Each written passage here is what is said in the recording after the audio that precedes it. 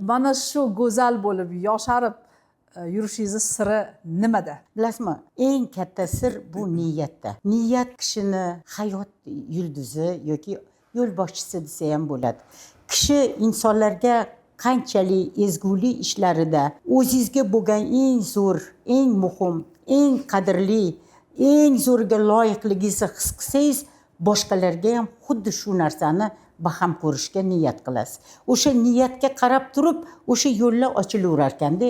Ayniqsa hozir 21-asrda internet, media asrida biz bu narsani shunchalik tezlik bilan insonlarga yetkazishimiz kerakki, nima uchun Yaponiya 120 130 yoshliga chiqadi. 7 yashovchilar.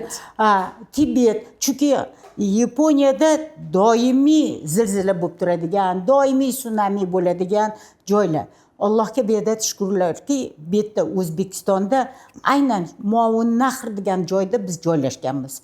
Bizdagi har bitta inson bu uzoq va baxtli, zavqli hayotda yashash uchun u muhim qarorni qabul qilish kerak va o'zini salomatligini boshqarishni o'z qo'liga olish kerak. Axir davlatimiz rahbari juda ko'p qonunlarni imzolagan. Mana birinchisi 2010-yilda aholi o'rtasida mikronutrient yetishmaslik to'g'risida qonun. Biz aynan faoliyatimizni 2009-yildan beri boshlagan bo'lsak, aynan bu qonunlar hammasi biz uchun qilinganday, biz uni amaliyotda qo'llab turib odamlarga yetkazishga harakat qilamiz. Va shu bilan birgalikda har bitta sog' va farovon bo'lgan inson hayotdan rozi bo'ladi, shukronalik etadi.